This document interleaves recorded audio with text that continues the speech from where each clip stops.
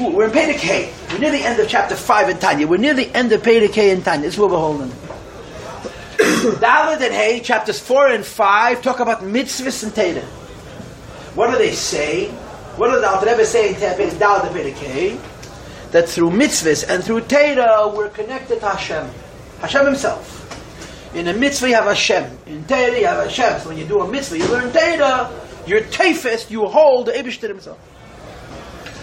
And then Perek Hey separated mitzvahs from Torah and added that Torah has another property, another quality, another maila. Right? The lahavin loshen tfisa she'omer le'yohu. Leis machshava tfisa l'chulu. Right? The idea that you have to have Hashem inside of you. And the Rebbe has been explaining to us in Perek Hey this idea of a teiroscha b'teich meyai. That besides for Torah being a lavush, Torah is also a mozin. It comes along with us. So as last week's class was winding down, for those who were here and remember, the last piece of the conversation was we talked about the word לשמה. Torah לשמה. So I said to you that we're going to have to come back to this week. And the yesod of the conversation, there's two things that I need to share. And I hope I'll keep my mind organized and share them to you in an orderly fashion. The first is that when you learn Tanya, amongst the many, many, many things that you sort of discover in the Tanya, is that the Tanya is talking about two basic things. The Tanya is talking about two basic things.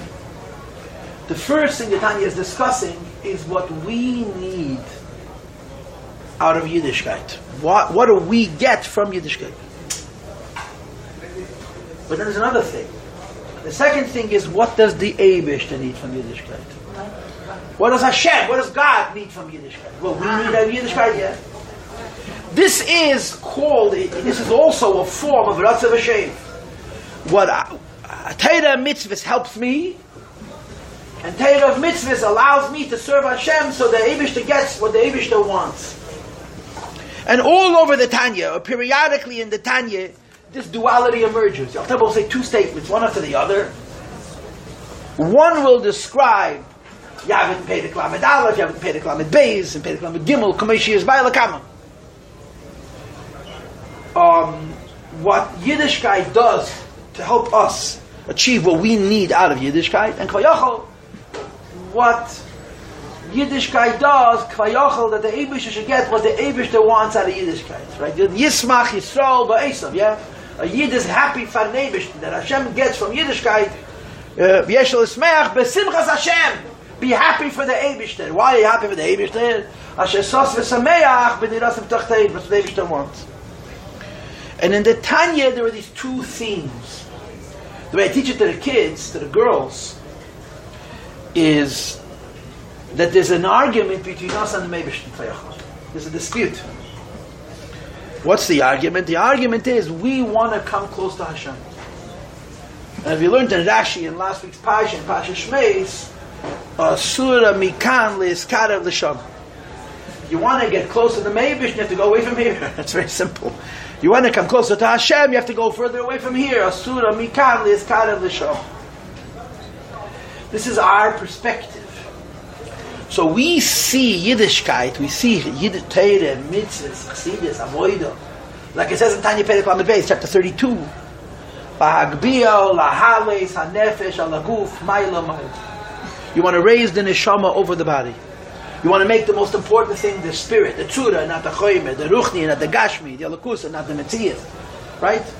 That's what a Yiddishkeit is. Yiddishkeit makes us the spiritual people, holy people, the nation of God, who are involved in holier and higher and more meaningful things. Yeah, that's what we want. But the Eibishter wants exactly the opposite. The Eibishter wants exactly the opposite. The Eibishter wants Hashem wants to be mamshech, elakus down, to bring Hashem down. So there is, so to speak, an unwritten conflict, unwritten tension in our relationship with the Eibishter. Because from our end, all we're concerned with is getting close to Hashem. From the Eibishter's end, the Eibishter's need, Kvayochel, the Eibishter's want, Kvayochel, is to bring Hashem to the least godly place. When you bring the Eibishter to Antarctica, when you bring the Eibishter to far from a place, and you plant a seed of Elokus, this is the Eibishter's kavod, this is the Eibishter's interest, and there's a conflict. So the Rebbe has a Sikha, in the Kut Sikha is Chelik Dalit, Perek Yov is Peidik Dalit. This I talk about the Sikha periodically, where the Rebbe makes a very interesting observation. There's what we want out of the Yiddishkeit, and what Eivish wants out of the Yiddishkeit. A Yid has to do both. Because if he doesn't do both, he has neither. Why? Because in order for you and you to be able to make this world a home for Hashem, we have to want to not be here. If we live in this life, and Baruch Hashem Elam Hazes Gvaldik, it's America, it's the 21st century, it's the 3rd millennium, if we like the world in which we live, you can't serve the Eibishter if you enjoy the world in which you live. There needs to be, I don't want to be here. Like the Sipar Hayadu, the Mezitcher Magid, the famous, or the Magid, where the Magid says, in der Heim is Andish, this is a Hachnes Atzmachol, Pruzder Kadesha Tekonis Ladrakman. This world is a Pruzder, it's a hall, it leads to a palace. The palace is the Elam Haba. This is how you think this. If you don't think in terms of I want to be close to the Eibishter, you can't make a deal with Tachtainim. Why not? Because you enjoy Tachtainim so much that you make it a deal not for the Eibishter but for the Yetzer Hara. Yeah? But the opposite is also true.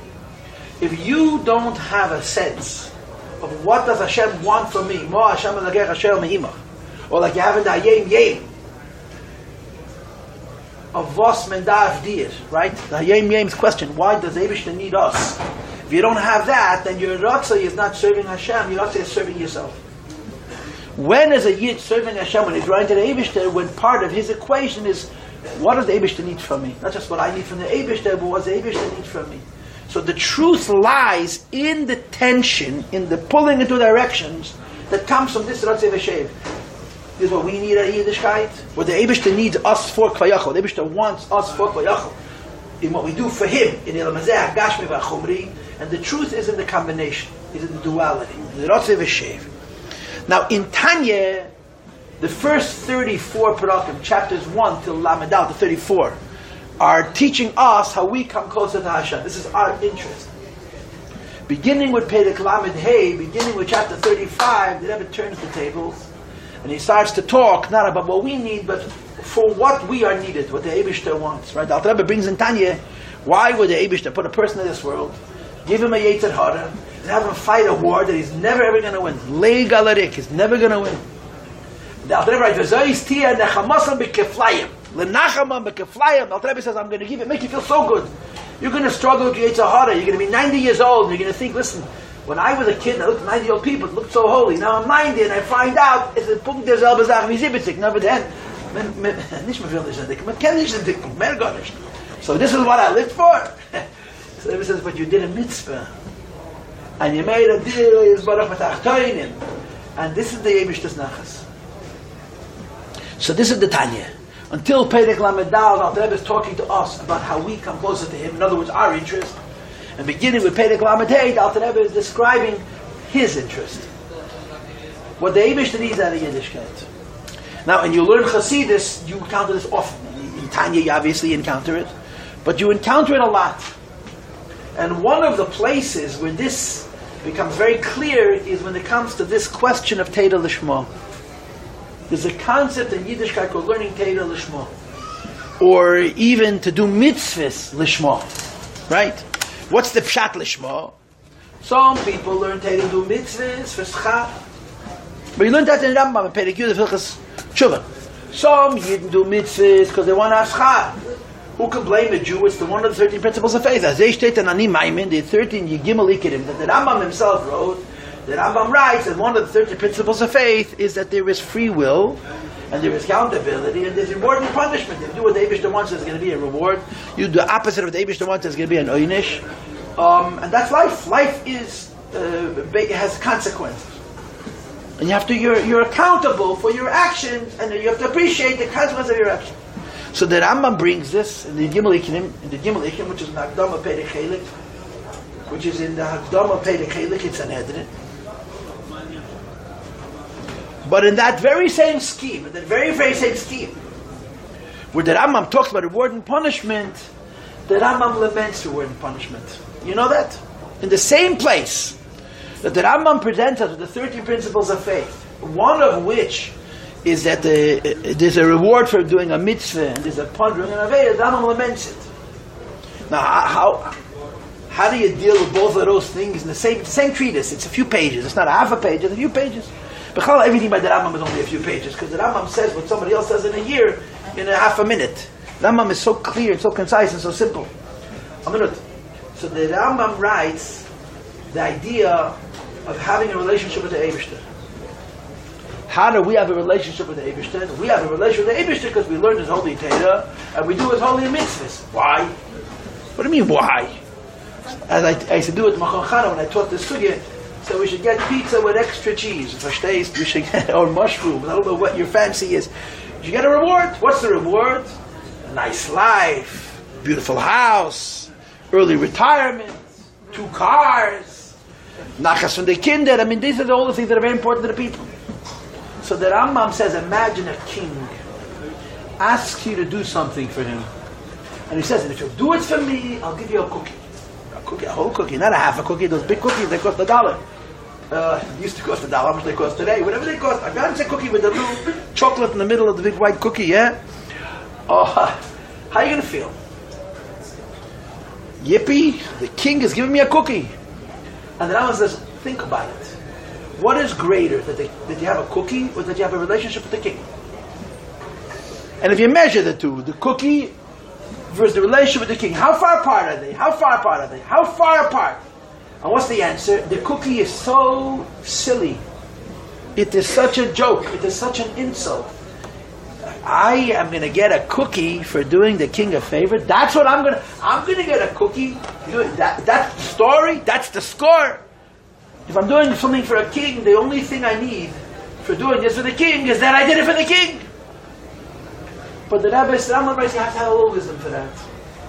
And he says, Befedish, you can count on one hand how many people have that sensitivity, that wisdom. He says, most people are interested in cookies. And he articulates it. I mean, this is the famous thing that you all know. Anybody who's in Chinuch knows this Rambam. This is what the Rambam talks about, giving a child first a cookie, and then a toy, and then money, and then flattery. The Rambam gives you a list of bribes, what he calls shalei lishma, until the person matures and he grows up and he does it lishma farnevishtin, lishma, for the right reason. So the Rambam talks about schar ve'enish. He does. He talks about reward and punishment. But then he says, what reward do you want? What reward do you want? You want a cookie? Oh, you graduate from cookies. Now you want a tanka toy, a tinka toy, a truck with those metal trucks that you can throw at your brother when you're angry and smash his head. I know from experience. Okay, whatever. The wooden blocks, they also do a lot of damage in the right time and place. They don't make blocks out of wood anymore. Why? Because it's too expensive. And they're worried about landfill. Yeah, and then he said, no, I don't want a toy. I want money.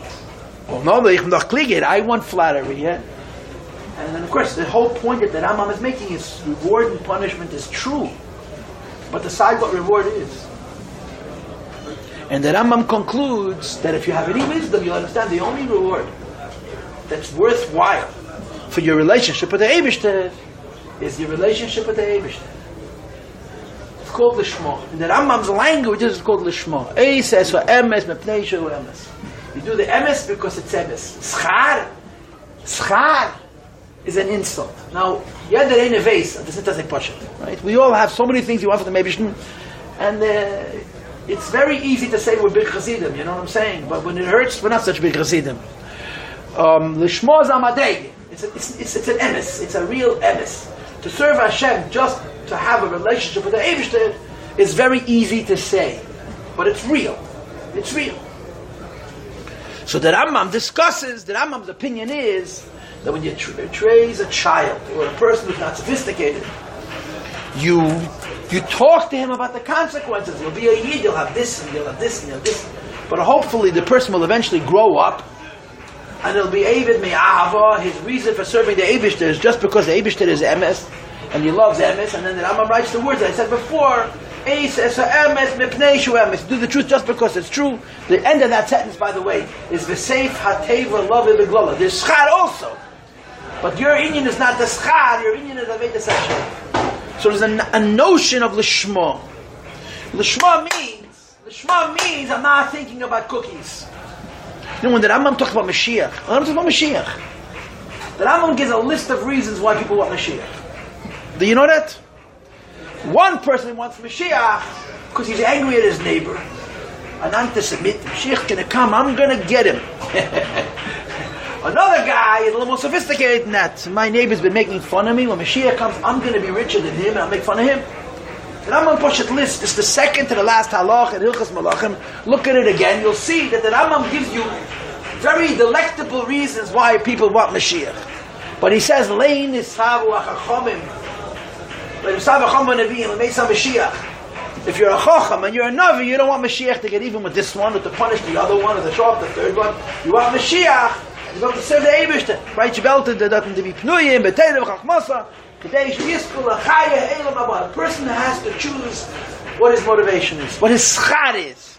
And a deeper person, a mature person, a higher person's reward for the relationship with the Eibishter is the relationship with the Eibishter himself. This is Olam Haba. This is what the Rambam is trying to teach us. Since he takes you on a journey, he talks you through it step by step by step by step.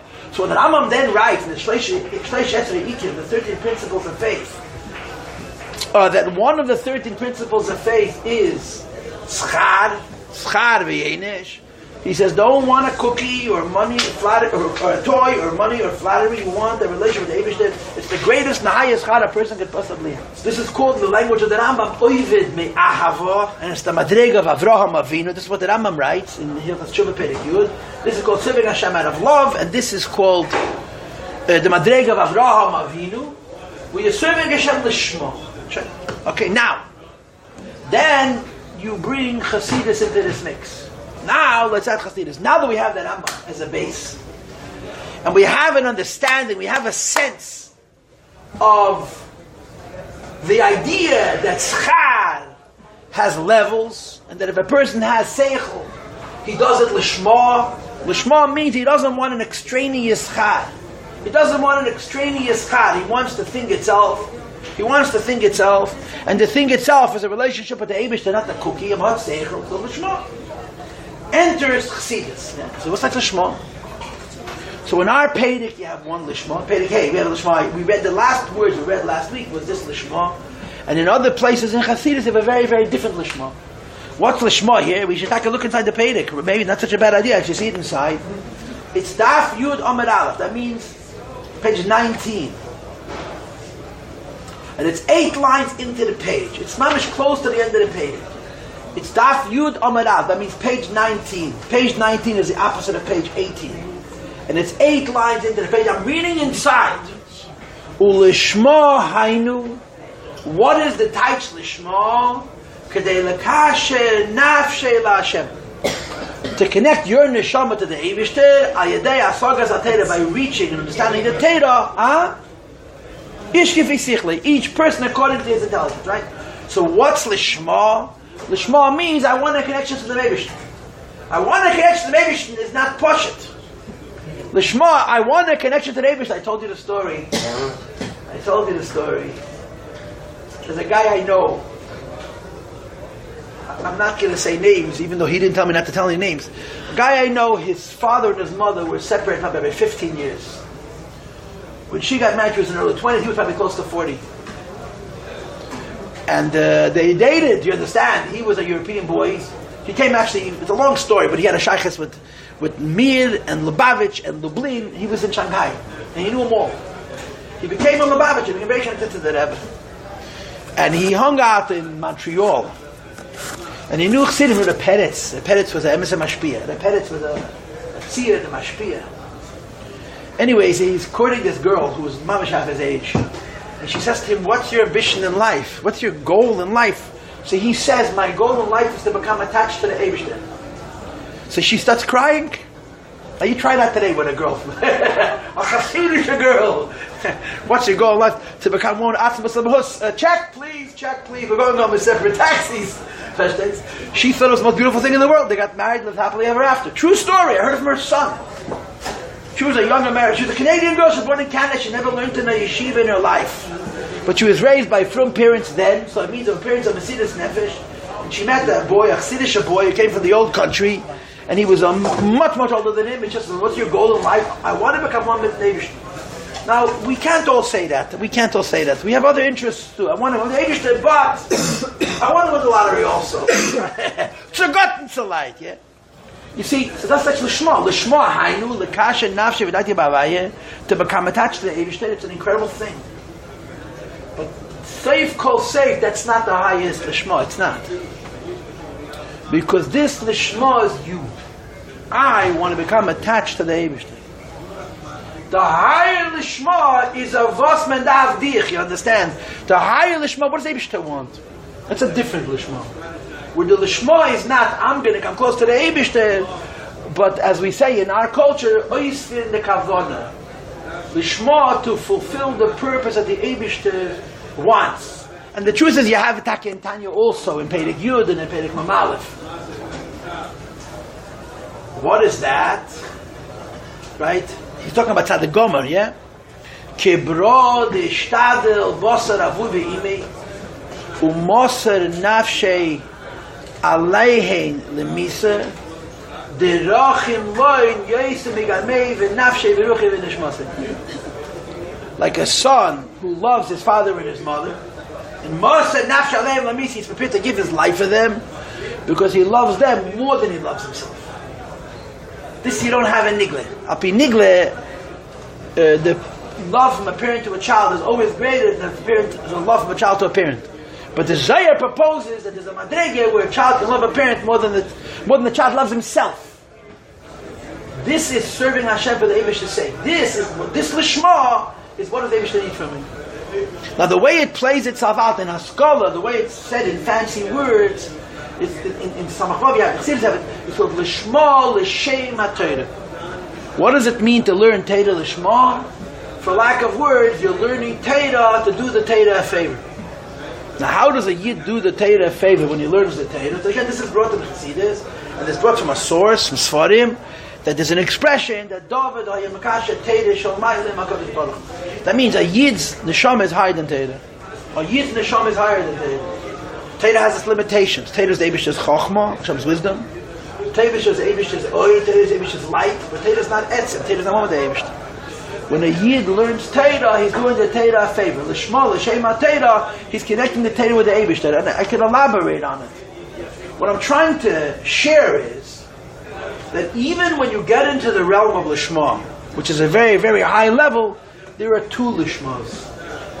There's the L'shma, as you would understand it, when a Yid's avodas Hashem is, how do I get close to the Eibishter? So L'shma is, my only interest is to come home with HaKadosh Baruch. But there's a different avodah, there's a different lishma. And the second avodah is I'm not thinking about what I need, I'm thinking about what I'm needed for. This is my mission, this is my purpose, this is my definition. So the Eibishter needs me to learn his Torah because somehow this is going to have a favorable influence on the Torah. This is what I'm going to do. So as lofty as this is consistent with the first part of the Tanya. The first part of the Tanya is teaching us how we should come close to the Eibishter, lishma. Okay, now, this is the first point that I wanted to share, which is a carryover from last week. There's one more thing that I want to say. And the other thing I want to say, and it's tied into this, is the following. We're learning about Torah mitzvahs. And we're giving the distinct impression that Torah is more valuable than mitzvahs. It's very clear. When you learn Tanya 4 and 5, Perek Daled and Hey, it's very clear that Torah is greater than mitzvahs. Why? Because when you do a mitzvah, you wrap yourself in a beged, in a levush. Only. And when you learn Torah, first of all, you're wrapping yourself in that same beged, in that same levush. But in addition, you're also eating food. The Torah is mozen, right? It becomes one with you. Now, the way this plays itself out is as follows. And the Neshama comes to Gan Eden. And as I've described to you many, many times, the way Gan Eden works is like the world. The center of the world is a Beis HaMikdash. The Beis HaMikdash on this earth has doors, and you can walk in. The Beis HaMikdash in the Elam HaSalyenim only has windows, there's no doors. And no one goes into the Beis HaMikdash. When you're L'mayla, in Elam HaAsiyah, in Elam HaYetzirah, in Elam HaBriyah, in Elam HaAtzilas, nobody is inside the Beis HaMikdash. You want to go into the Beis HaMikdash, you have to come down into a goof, and to physically go into the Harabayis, into the Azora, and so on. Lamaila, you only live in the what's called the world, the Eicholis. The Beis HaMikdash is off limits. There's windows. And the Neshama that was in this world did mitzvahs and learned Torah. And to be more precise, they did mitzvahs with a kavana, and they learned Torah the way you're supposed to. So they have a lot of capital, a lot of what's called tainug, the pleasure of what they learned and what they didn't, so on and so forth. This tainug of their Yiddishkeit is deposited in the Beis HaMikdash. So you all have, we each have a reservoir of oil eliki, of tainug eliki. It's in the Beis HaMikdash, but you can't go pick it up. Why can't you go pick it up? Because there's no doors, can't get in. But there's windows, and the light shines through the windows, and you have to catch it. In order to catch it, you need levush.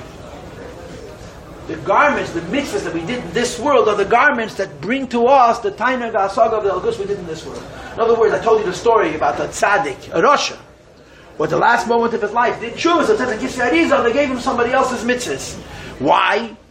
Because if you come to Gan Eden and you have the most incredible itis, the itis of a Baal tshuva, if you don't have mitzvahs, you're sitting in the most glorious light, and for you it's dark, because you don't have a beged, a conductor, a lavush, to conduct the mitzvahs, the oil of the mitzvahs that you did.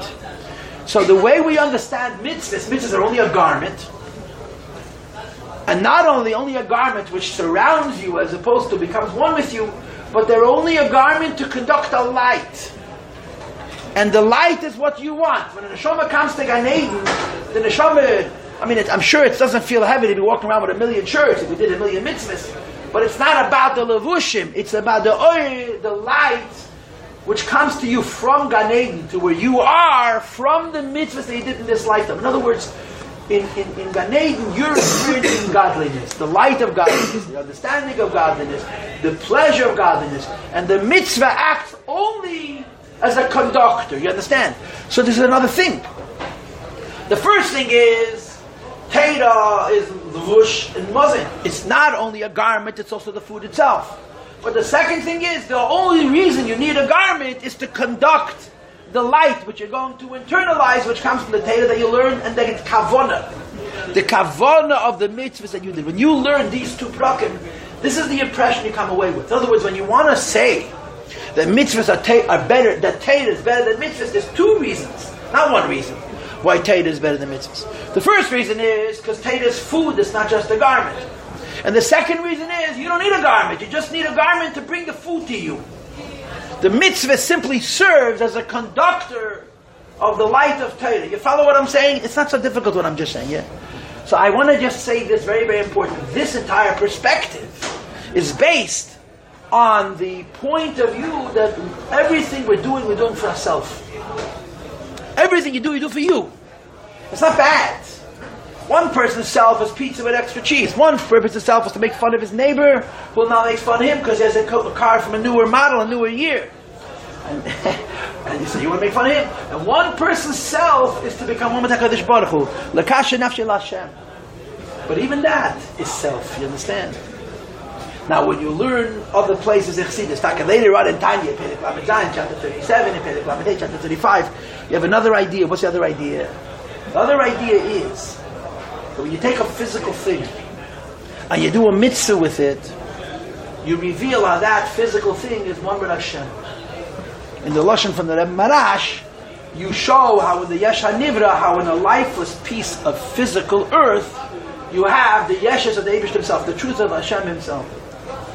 This is called Dira B'Tachtonim. When you learn Chassidus, especially the Rebbe's Sichos, about what we accomplish when we make this world a home for HaKadosh Baruch Hu, it's not about light, and it's not about delight, and it's not about experiences, it's not about revelations. You take a physical thing, which exists right now as a piece of wood, and you use it in the performance of a mitzvah, and it becomes godliness, the same piece of wood. This is also a lishma for the Eibishter's sake, you see? This is not me, this is what the Eibishter needs. And this is how Chassidus explains Olam Haba, after Gan Eden. Olam Haba is you get to see how through the mitzvahs that we performed, you reveal the Eibishter in this world. So there's 2 points here. When you learn these two prakim, Dal and Hey, from the point of view of how I'm going to become better, how I'm going to come closer to HaKadosh Baruch Hu. So Torah is better than mitzvahs for two reasons. Number one, Torah is food. And number two, I only need mitzvahs to help me get the light of the Torah that I learned and the kavanas of mitzvahs that I did. My spirituality is enhanced because I serve Hashem. But then there's what Hashem needs. Hashem is not so impressed with your Torah, with what you're understanding. Hashem is not so impressed with what you felt. Hashem is most impressed when you take a physical thing and you use it in the service of HaKadosh Baruch Hu, and that physical thing now becomes not a physical thing, but a piece of HaKadosh Baruch Hu. Okay, so these are the two ideas that I wanted to share today. I'm just going to finish. But these are the two things. I'm way over time, but Sunday, make it I'm a ganef always, but Sunday I'm a little bit more kind to myself. The two ideas I wanted to share was, number one, the two understandings of Lishma, and number two, and it's connected to number one. So the first understanding of Lishma is how I am going to gain spiritually. And as much as I'm going to gain spiritually, a mitzvah is only a conductor. But then there is what Hashem wants. And when it comes to what Hashem wants, the more important thing, even more than the Torah, is the mitzvah. Because you're taking a physical thing and you're making it more by HaKadosh Baruch Hu. And I'm going to explain this to you with the following illustration, yeah? We all use the word bittul. It's a favorite word. I went in last night to Menachem Abel by Goldberg's. He was a young man when he passed away. So I was sitting there, so I wanted to get something out of him. So I said to him, when did you find the car? This is what happens. I go into a shiva and I start to cross-examine. I try to epis avart. So one of his sons told me avart azoi. His father, his Zayde, David Goldberg, was a big chassid. He was a Talmud of Rabbi Altis and Chovich, he was a mashpia, was a tzir. Unfortunately, he passed away very young. And he became very friendly with the Ben Shem. He would visit at Yisrael all the time. And Ben Shem would get brand for fire. Ben Shem's chassidus was not in the past, it was in the present. He lived with the Rebbe. And this Goldberg was very impressed by the Ben Shem. So he says to Ben Shem, I want my son to be by the Rebbe. Go to New York. Long story, he got here and he wouldn't go home for 25 years. He was afraid to go home because he came here illegally. But part of the story is, one of his staff, he got stuck in London for 6 months. He got stuck in London. He comes into a shul and he sees that Meir Gurkov, Meir Gurkov was many generations, 5 generations ago. He was a Tomim. He's looking at Yidavon. He never saw Yidavon like this. And he couldn't decide, is he a Lubavitcher or he's not a Lubavitcher? So he says to him, are you a Lubavitcher? So Meir comes and asks him, first you have to tell me what a Lubavitcher means. So Goldberg said, I knew for sure I met a Lubavitcher. If someone had read that, the problem is solved. If you have to know what a Lubavitcher is, this is it. Don't see this. Okay, I forgot why I told you the story, but it's a Geshmak Avart. I got it. If I get it, I got to give it away. If I don't tell it to you today, it's lost. And they're not going to repeat it. I value these kind of narishkeit. Nobody else does. That's what makes me better, because I care about all these little, who cares? So we use the word bittul. What's the bittul? Bittul means the other guy is no good. You never look at yourself. Bittul is the other guy. We use the word bittul all the time. And we abuse the word. We have bittul terribly. We've done bittul a very big disservice. Thanks for the help. Now, let's talk the touch bittul. They made a world. And the world is supposed to become bittul to Hashem. The world is supposed to become bittul to Hashem. So what happens to the world when it becomes bittul to Hashem? You got two choices. One choice is there's no more world. The world existed, but the world is klipa, and the world becomes bittul to Hashem. The world stops existing. Yeah, but there's one other choice. The other choice is the world, as you see it, becomes an expression of Hashem. And this is the difference between a bench that a yid sits on to daven, and a bench that someone sits on and doesn't daven. What happens if a Mashiach comes? Yeah, benches have a very short lifespan, life expectancy. How long does a bench last? A few years. And then the bench is gone, they throw it in the garbage, and get a new bench. What happened to the bench that was thrown in the garbage and put in the landfill and it rotted? If no yid sat on that bench and thought, Divrei Torah, that bench was bottled. No more bench. Comes home with the Eibishter. But if a yid sat on that bench becomes the Eibishter. And just like you have Tchias HaMesim, that bench has Tchias HaMesim. Why? Because its Metzias is an expression of the Eibishter. This is what happens when you do a mitzvah. You take a physical thing, and by using it, the performance of mitzvah, including your own goof, you immortalize it. You make it a davar nitzchi. The bittul of a chafsa shel mitzvah is not that it's destroyed. the bittul of the chetzer shel mitzvah is that it expresses the Eibishter. This is not our interest. This is his interest. This is the other dimension. In other words, here we're learning about Torah mitzvahs, and it culminates, its end is that Lishma means I become closer to the Eibishter. In as much as this is concerned that through my life I become closer to the Eibishter, a mitzvah simply helps me feel the Eibishter's light. But later in Tanya, when you're learning not about my interest, but about the Eibishter's interest, you discover a whole other dimension. The Eibishter's interest is to bring the Eibishter to a bench. And it means you sit on a bench, you do a mitzvah, you made the bench in the shtickle halakus, and this means that the bench expresses the Eibishter. It becomes a dove nitzchi. So you have both sides of the coin, if you will. In these two prakim, we prioritize Torah over mitzvahs in a number of different aspects, because this is all how a person becomes closer to the Eibishter in his experience, how you feel closer to the Eibishter. And later in Tanya, we're going to learn something else. Okay, so there's a sikha from the Rebbe. Tishrei Tovshin and Beis. It's called Halachis. Ha'elu Alalu Einan B'Teilum Li'elu. It's a very unusual sikha. The nuance, the diuk of that sikha, it's very abstract, it's very edel. Is the difference, and it's a nigla sikha, is the difference between the word halacha and the word mitzvah.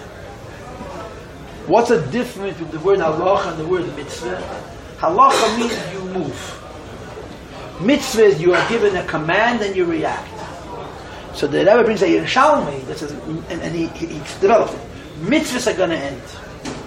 Mitzvahs are going to end. But halachas are forever. What's the difference? The mitzvahs are doing the halachas. The answer is that doing a mitzvah means you're one thing. The Eibush is a separate thing. He tells you what to do and you do it. In La'asad Lava, you become an expression of the Eibush, so you walk in the Eibush's path. You do the same mitzvah. But you don't do the mitzvah because he told you that you're doing it. This is your journey because you're an expression of him. That's the toichin of that sikh.